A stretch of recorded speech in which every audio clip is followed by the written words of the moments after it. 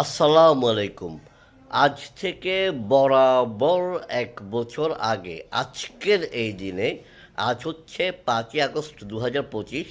আজ থেকে ১ বছর আগে, বরাবর ১ বছর আগে ৫ই আগস্ট ২০২৪ ছাত্র জনতার কাছে পরাজিত হয়ে লেজ গুটিয়ে শেখ হাসিনা বাংলাদেশ ছেড়ে ভারতে পালিয়ে যায়। ছাত্র জনতার অভ্যুত্থানে ছাত্র জনতার কাছে পরাজয় মেনে নিয়ে শেখ হাসিনা চোরের মতো বাংলাদেশ থেকে পালিয়ে যায়। তার পালিয়ে যাওয়ার মধ্য দিয়ে দীর্ঘ ১৫ বছরেরও বেশি সময়ের আওয়ামী ফ্যাসিবাদী শাসন ব্যবস্থার পতন হয়।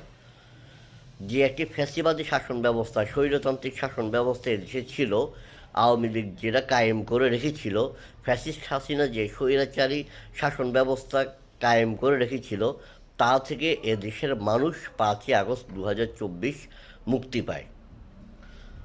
আজকের এই দিনে আমি স্মরণ করছি যারা হাসিনা বিরোধী, ফ্যাসিস্ট হাসিনার বিরুদ্ধে লড়াই করতে গিয়ে যারা শহীদ হয়েছেন তাদেরকে, যারা আহত হয়েছেন তাদের সুস্থতা কামনা করি, যারা শহীদ হয়েছেন তাদের আত্মার মাগফিরাত কামনা করি, তাদের জন্য দোয়া করি, যারা আহত হয়েছেন তাদের সুস্থতা কামনা করি।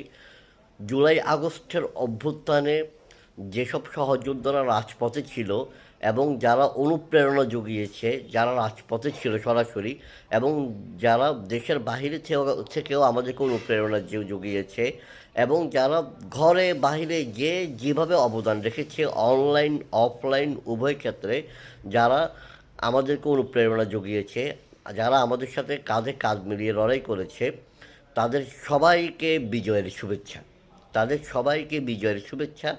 তাদের সবাইকে বিজয়ের শুভেচ্ছা। আজকের দিনে যেটা চাই সেটা হচ্ছে জনগণের ভোটাধিকার প্রতিষ্ঠিত হোক, জনগণের বাক স্বাধীনতা সবসময় বজায় থাকুক, জনগণ যেন তাদের বাক স্বাধীনতা সবসময় ধরে রাখতে পারে, জনগণের গলা যেন চেপে ধরা না হয়, আর কোনো ফ্যাসিবাদী শাসন ব্যবস্থা যেন এদেশের মাটিতে কায়েম না হয়, জনগণের নিরাপত্তা নিশ্চিত হোক, জনগণের অধিকার নিশ্চিত হোক, এই দোয়া করি।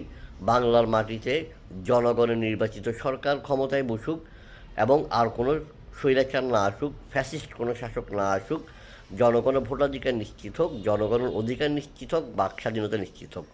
ধন্যবাদ। আসসালামু আলাইকুম।